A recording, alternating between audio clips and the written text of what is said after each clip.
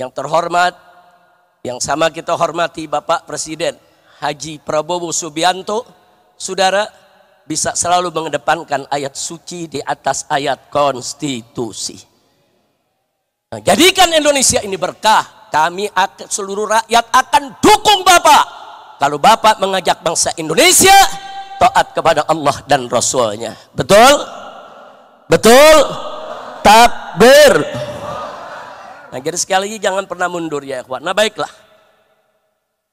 Berikutnya yang tidak boleh saya lupakan juga ya ikhwan, alhamdulillah Pilpres sudah selesai, Pilkada sudah selesai, Pilkada serentak saudara. Jadi jangan lagi ke depan ini baik Pilpres maupun Pilkada memecah belah kita. Berbeda pilihan dalam politik itu biasa.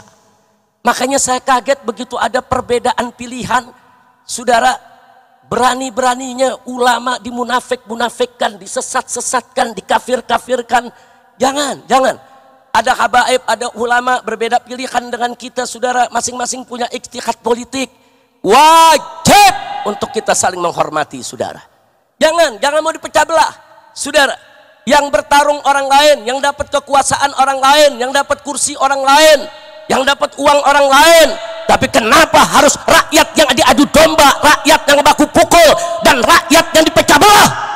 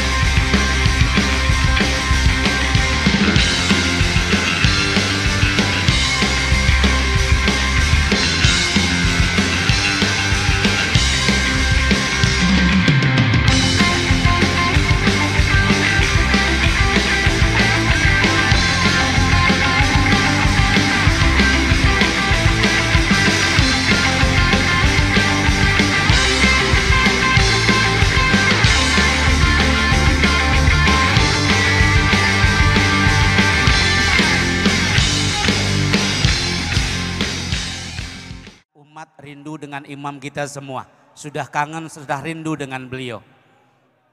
Sallu Nabi Muhammad.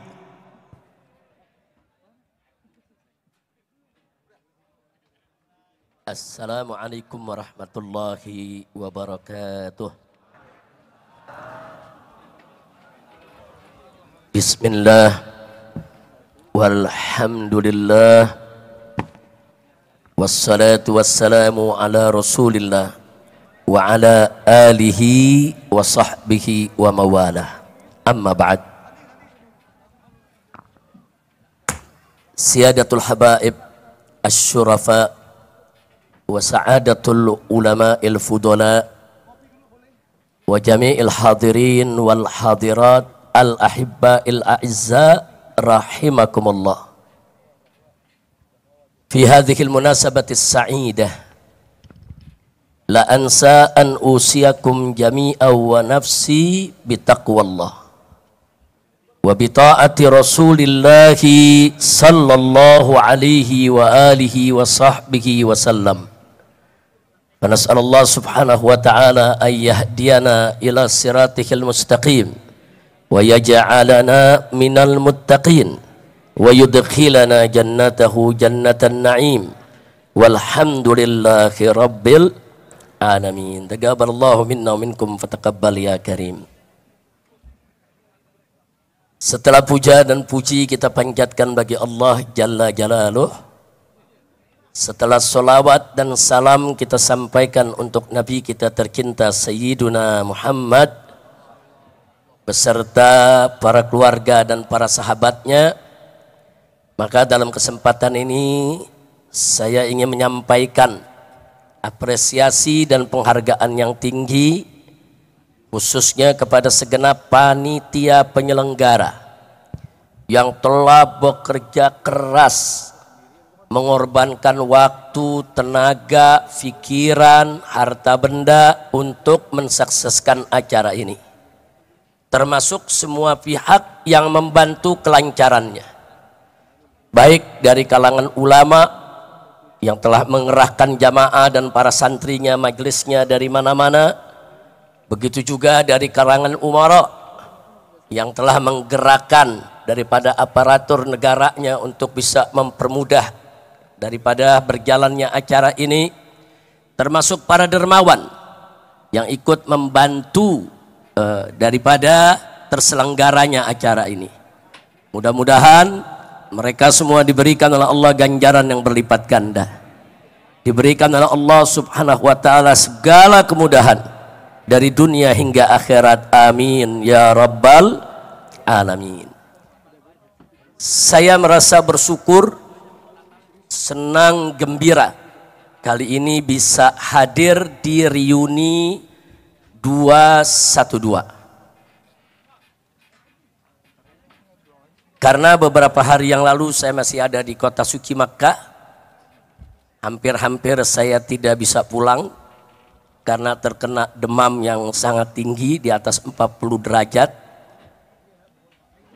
Tapi alhamdulillah akhirnya saya bisa pulang, bisa kembali didampingi oleh para dokter, dirawat sampai hari ini, dan akhirnya bisa berkumpul. Kenapa saya senang? Karena di sini saya ketemu semua kawan-kawan seperjuangan, ketemu para ulama, para habaib, para kiai, para aktivis, pimpinan ormas, pimpinan pondok-pondok pesantren. Kalau saya sebutkan satu persatu 2 jam nggak cukup ini, saking banyaknya tokoh yang hadir.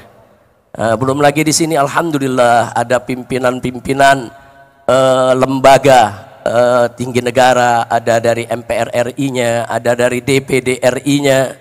Ini betul-betul satu reuni yang sangat membahagiakan. Dan tentunya yang paling membahagiakan sekali bertemu dengan umat yang sudah lama kita tidak berkumpul.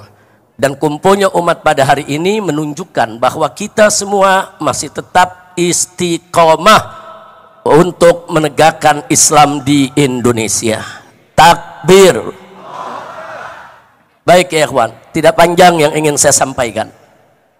Kembali kepada peristiwa aksi 212 pada tahun 2016. Saat itu saya menyampaikan khutbah Jumat 212. Di mana saya tekankan di sana dan ingin saya ulangi kembali, tekankan pada saat ini, bahwa ayat suci di atas ayat konstitusi.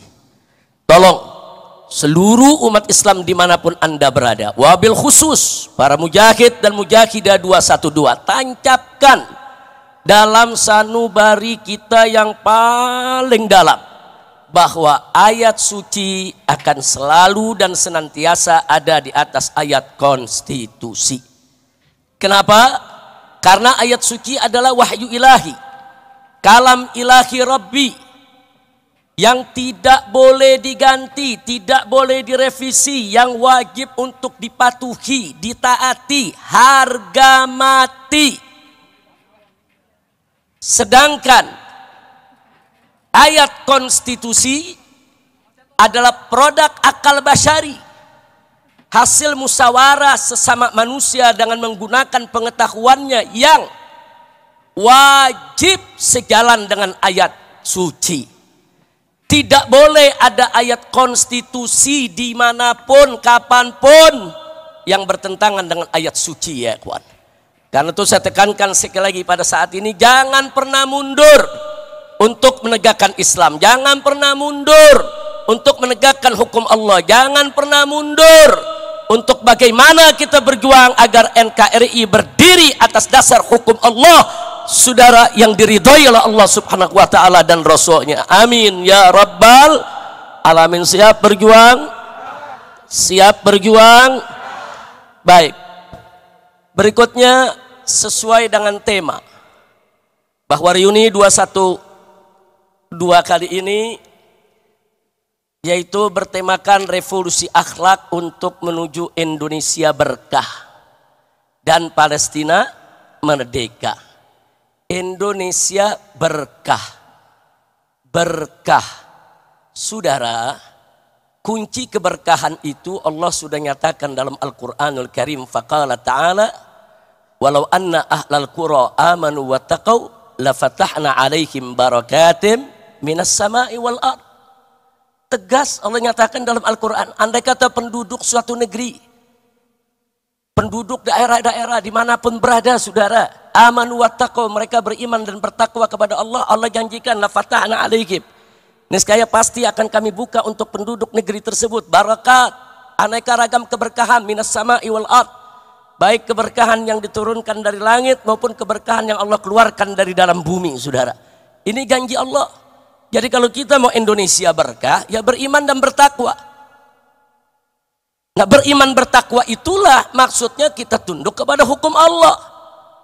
Baik hukum yang berkenaan dengan pribadi perorangan, hukum yang berkaitan dengan rumah tangga, hukum yang berkaitan dengan sosial kemasyarakatan, sampai kepada hukum yang berkaitan dengan tata negara, ibadallah. Tunduk kepada hukum Allah. Kalau kita tunduk kepada hukum Allah, beriman, bertakwa, Allah kasih berkah. Jadi jangan mimpi Indonesia berkah kalau hukum Allah dilecehkan. Jangan mimpi Indonesia berkah kalau hukum Allah ditinggalkan. Jangan mimpi Indonesia berkah kalau Al-Quran dibelakangkan. Nabi tegas mengatakan dalam satu hadisnya, ibadallah, kama qala Nabi SAW, man ja'ala al-Qur'ana amamah hadahu ila jannah wa man ja'alahu wara'a dhahrih saqahu ila nar. Barang siapa menjadikan Al-Quran di depan dia sebagai imam, sebagai pedoman, sebagai petunjuk, niscaya Al-Quran akan menuntun dia masuk ke dalam surganya Allah. Sebaliknya, barang siapa menjadikan Al-Quran di belakang tulang punggungnya, dia nggak peduli dengan hukum Al-Quran, dia lecehkan Al-Quran, dia nggak mau pakai Al-Quran, saudara, hati-hati. Neraka jahanam menanti dia untuk dijerumuskan, ya kawan. Na'udzubillah min dzalik. Mudah-mudahan di kepemimpinan baru saat ini yang terhormat, yang sama kita hormati Bapak Presiden Haji Prabowo Subianto, saudara, bisa selalu mengedepankan ayat suci di atas ayat konstitusi. Nah, jadikan Indonesia ini berkah. Kami akan, seluruh rakyat akan dukung Bapak kalau Bapak mengajak bangsa Indonesia taat kepada Allah dan Rasulnya. Betul? Betul? Takbir. Nah, jadi sekali lagi jangan pernah mundur ya ikhwan. Nah, baiklah. Berikutnya yang tidak boleh saya lupakan juga ya ikhwan, alhamdulillah Pilpres sudah selesai, Pilkada sudah selesai, Pilkada serentak saudara. Jadi jangan lagi ke depan ini baik Pilpres maupun Pilkada memecah belah kita. Berbeda pilihan dalam politik itu biasa. Makanya saya kaget begitu ada perbedaan pilihan. Saudara, berani-beraninya ulama dimunafik-munafikkan, disesat-sesatkan, dikafir-kafirkan. Jangan. Ada habaib, ada ulama berbeda pilihan dengan kita, saudara. Masing-masing punya ijtihad politik. Wajib untuk kita saling menghormati, saudara. Jangan mau dipecah belah, saudara. Yang bertarung orang lain, yang dapat kekuasaan orang lain, yang dapat kursi orang lain, yang dapat uang orang lain. Tapi kenapa harus rakyat yang diadu domba, rakyat yang baku pukul, dan rakyat yang dipecah belah? Jangan mau lagi kita diadu domba. Setuju? Siap bersatu? Siap bersatu? Takbir! Nggak apa-apa, kita beda-beda pendapat, nggak apa-apa saudara. Hanya saja kita mau ingatkan semua saudara, di dalam memilih pemimpin jangan lupa jadikan Al-Quran dan As-Sunnah sebagai pedoman kita. Al-Quran dan As-Sunnah sudah menuntun kita bagaimana cara memilih pemimpin. Yang model bagaimana pemimpin yang harus kita pilih, ikuti saja. Selama kita berpedoman kepada Al-Quran dan As-Sunnah, Al-Ijma' dan Qiyas, saudara, serta apa-apa sudah disampaikan oleh para ulama-ulama salaf kita, insya Allah kita tidak akan terjerumus ke dalam jurang kebingungan. Enggak, kita enggak bakal bingung. Kita bingung memilih pemimpin karena meninggalkan Quran dan Sunnah. Kita bingung memilih pemimpin karena kita jauh dari Al-Quran dan Sunnah. Kalau kita ikut Al-Quran, As-Sunnah, Al-Ijma, Al-Qiyas, saudara, begitu juga petunjuk dari para ulama kita yang ikuti, insya Allah kita tidak akan pernah bingung dan kita tidak akan pernah bisa dipecah belah. Maka itu hari ini sebelum saya akhiri, saudara, saya ingin mengajak semuanya kembali ke dalam barisan. Yuk kita rapikan soft kita perkuat barisan kita, PR kita ke depan banyak ya ikhwan. Dari dulu saya selalu menekankan, siapapun presidennya, siapapun gubernurnya, siapapun bupatinya, siapapun wali kotanya, kewajiban kita tetap sama. Dakwah, amar ma'ruf, nahi munkar, dan jihad. Siapapun presidennya, kewajiban kita tidak akan pernah berubah. Betul? Betul? Nah, baiklah, terakhir saudara,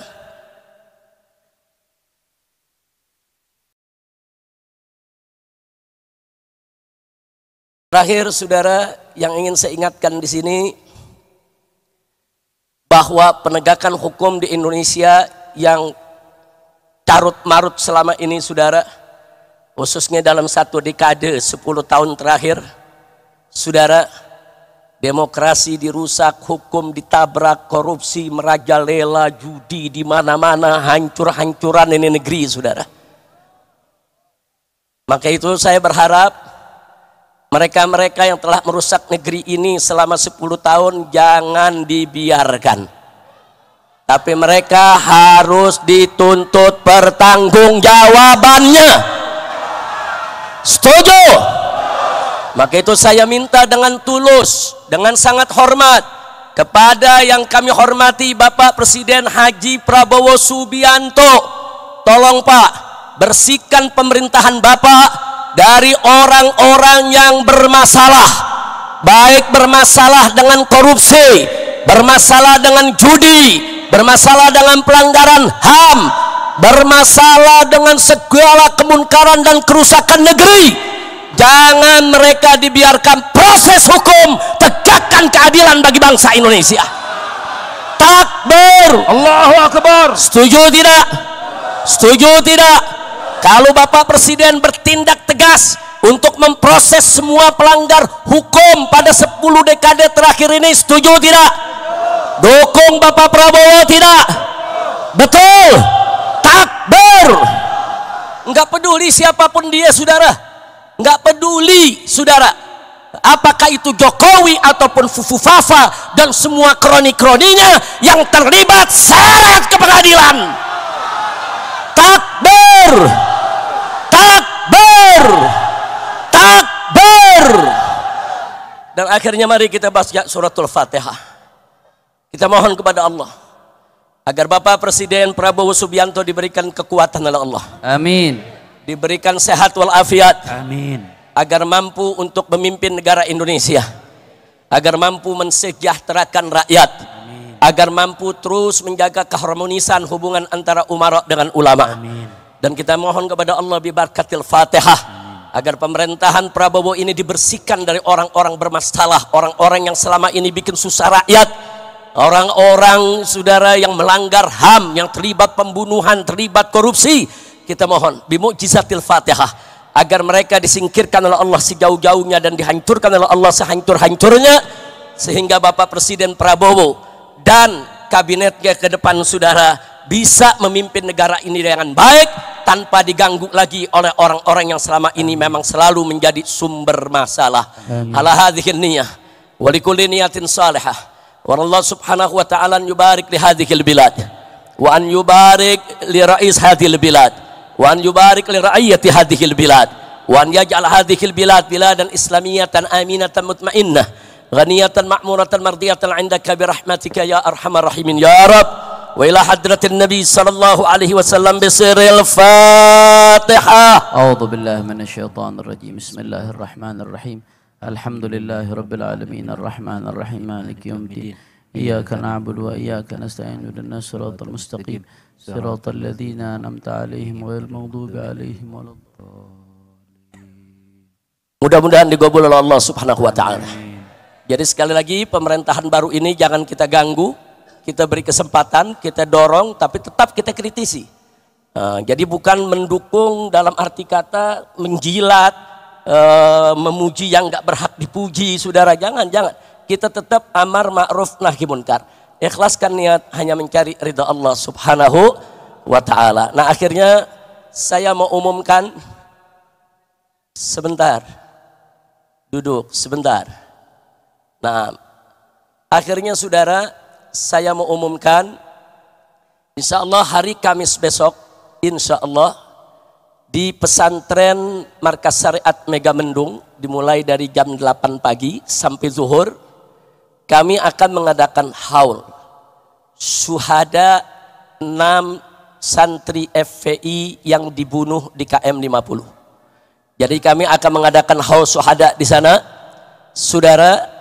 Nah, bagi mereka yang berkesempatan untuk hadir silakan. Undangan dibuka untuk umum. Hari Kamis besok tanggal 5 Desember. Kami adakan karena memang kejadiannya tanggal 7 Desember. Kejadiannya tanggal 7 Desember. Jadi kita akan gelar haul 6 syuhada di sana. Tentunya peringatan haul ini bukan sekedar untuk mendoakan, tapi sekaligus juga untuk kita mengambil ibrah. Dan ditambah lagi untuk tetap mengingatkan kita bahwa persoalan ini belum tuntas, belum selesai. Betul? Betul? Nah, maka itu maaf. Kalimat terakhir dari sambutan saya yang harus saya sampaikan, maaf. Saya sedih, saya prihatin.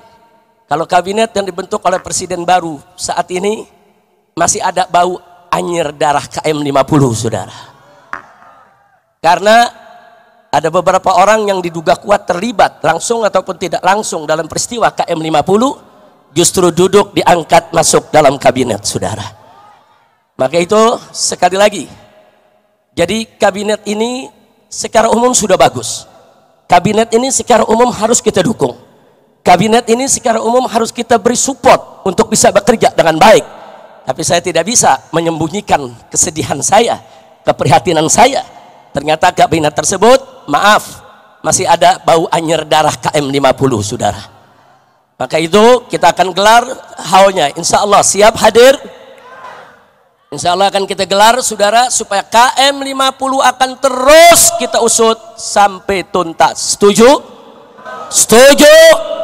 Takbir. Allahu Akbar. Nah, akhirnya sekali lagi kita baca suratul Fatihah. Kali ini khusus untuk Palestina, ya ikhwan. Saya sepakat dengan Kiai Haji Muhyiddin Junaidi tadi, luar biasa. Beliau mengusulkan kepada Bapak Presiden Prabowo yang sejak awal sudah memberikan dukungan terhadap perjuangan Palestina agar membuka pendaftaran bagi pemuda-pemuda Indonesia yang siap berjihad ke Palestina. Buka pendaftaran, latih mereka, persenjatai, kirim ke medan Gaza untuk bertempur membebaskan Al-Aqsa. Siap tidak? Siap tidak? Jadi kalau Bapak Presiden menyetujui usulan dari sepuh kita Kiai Haji Muhyiddin Junaidi tadi, saudara sambut tidak? Dukung tidak? Setuju tidak? Takbir. Mudah-mudahan jadi usulan tadi merupakan usulan luar biasa. Dan kepada Dr. Ahid, jazakumullah khairan jaza ala muhadaratikum, masya Allah. Apa yang tadi disampaikan oleh Dr. Ahid dari Palestina luar biasa menggugah kita semua, ya ikhwan. Ya, kita nggak boleh pernah melupakan tentang Palestina. Palestina harus selalu ada di hati kita. Palestina harus selalu menjadi perhatian kita, dan Palestina harus menjadi prioritas perjuangan kita di dunia internasional agar Al-Masjidil Aqsa dibebaskan oleh Allah Subhanahu wa taala dari cengkeraman Israel Durjana, dan bangsa Palestina bisa menikmati kemerdekaan. Amin ya rabbal alamin. Ala hadhihi niyyah wa likulli niyatin salihah wa ila hadratin nabi sallallahu alaihi wasallam. Wa Allah Subhanahu wa taala an yarzuqa sya'bal Filistini fathan mubina wa nasran aziza wa khalasan jamila wa baladan amina wa imaman adila wa ila hadratin nabi. Bismillahil Fatihah. A'udzubillahi minasyaitonir rajim. Bismillahirrahmanirrahim. Alhamdulillahi rabbil alamin, arrahmanir rahim, maliki yaumiddin. Iyyaka na'budu wa iyyaka nasta'in. Ihdinas siratal mustaqim. Siratal ladzina an'amta 'alaihim ghairil maghdubi 'alaihim waladdallin. Amin. Alhamdulillah. Baik ya ikhwan, setelah saya tutup, ini akan dilanjutkan pembacaan doa penutup oleh Buya Ahmad Qurtubi Jailani. Beliau nanti yang akan baca doa, kita aminkan dengan khusyuk, dengan penuh keyakinan. Semoga doa kita akan diterima oleh Allah Subhanahu wa taala. Jadi itu saja yang bisa saya sampaikan, dan saya minta maaf kalau kondisi saya memang terlalu lemah ya ikhwan. Kalau dokter melarang, saya bicara, saya keluar kena angin begini dilarang ya ikhwan. Tapi apa boleh buat, saya berangkat kemarin dari sana hari Kamis ya ikhwan, sore maghrib saya berangkat, tapi pagi hari sampai jam 1 saya punya panas tuh 41 derajat lebih. Jadi saya dimasukkan ke rumah sakit, saya minta kepada dokter untuk berikan obat yang paling keras paten yang bisa menahan, menghentikan saya punya panas agar saya bisa melakukan perjalanan. Berhasil, habis 3-4 jam saya diinfus, yang itu jam 1 selesai saya langsung berangkat ke bandara, kemudian langsung terbang. Ternyata di pesawat dari mulai terbang sampai turun luar biasa, menggigil, demam, cukup hebat ya ikhwan. Tapi alhamdulillah sampai di Jakarta ditangani lagi oleh dokter-dokter kita. Setiap malam memang panas bisa mencapai 40. Kalau pagi begini nih mulai rendah, nanti begitu siang agak mulai ringan. Tapi saya sudah periksa semua, alhamdulillah, periksa darah, urin dan lain sebagainya semua bagus. Tapi insya Allah sepulang dari acara ini saya sudah janjian, saya akan langsung dirawat di rumah sakit untuk pemulihan. Karena itu saya minta maaf, mungkin ke depan ini banyak yang sudah ngundang saya, banyak undangan yang tidak akan bisa saya datang sampai betul-betul pulih tenaga. Tapi itulah karena cinta antum semua, karena doa antum semua, dan karena rasa senang saya kumpul dengan para ulama, para kiai, dengan nazrah mereka, suara yang gak keluar jadi keluar ya ikhwan. Alhamdulillah suara yang gak keluar jadi keluar. Nah tapi ini semua nazrah dari para habaib kita, para ulama kita. Terima kasih banyak para kiai, para ulama. Dan mohon maaf kalau dari tadi saya nggak mau selaman, bukan apa-apa. Satu selaman semua selaman, satu meluk semua meluk. Nah, akhirnya panas bukan turun dari 40 bisa 80 urusannya. Nah jadi tolong dimaafkan, tolong dimaafkan. Saya nggak biasa begini. Biasanya saya paling seneng selaman sama ulama, paling seneng saya pelukan sama ulama, paling seneng saya cium jidat ulama atau saya dicium jidat saya oleh ulama. Nah tolong hari ini saya nggak selaman, dimaklumi, bukan sombong tapi untuk mempercepat pemulihan. Nah itu saja, terima kasih. Akhirnya sekian dari saya. Hadani Allah wa iyyakum ila siratil mustaqim. Wassalamualaikum warahmatullahi wabarakatuh. Waalaikumsalam warahmatullahi wabarakatuh. Takbir. Jangan ada yang merak sampai selesai. Husnul